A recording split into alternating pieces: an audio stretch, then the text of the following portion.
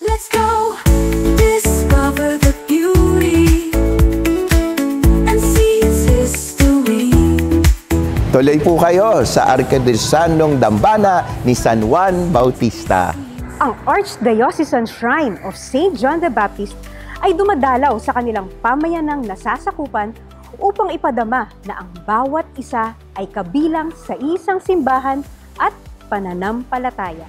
Sa Dalaw Hilom, dinadala namin ang Panginoon sa aming mga may sakit. At sa kabanalan naman ay aming binibigyan ng dasal o anointing ang mga may sakit sa aming mga DEC, sa mga barangay. Dumadami ang nananampalataya at nagiging excited na pagka may dadating doon.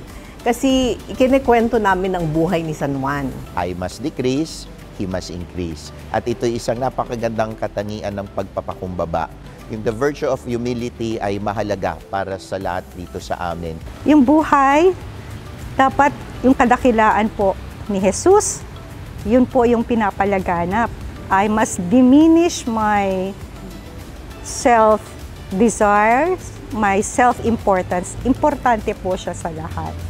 So, yun po yung naging parang gabay ko po. Kaya samahan niyo ako sa isa na namang lakbay simbahan dito sa Lakbay!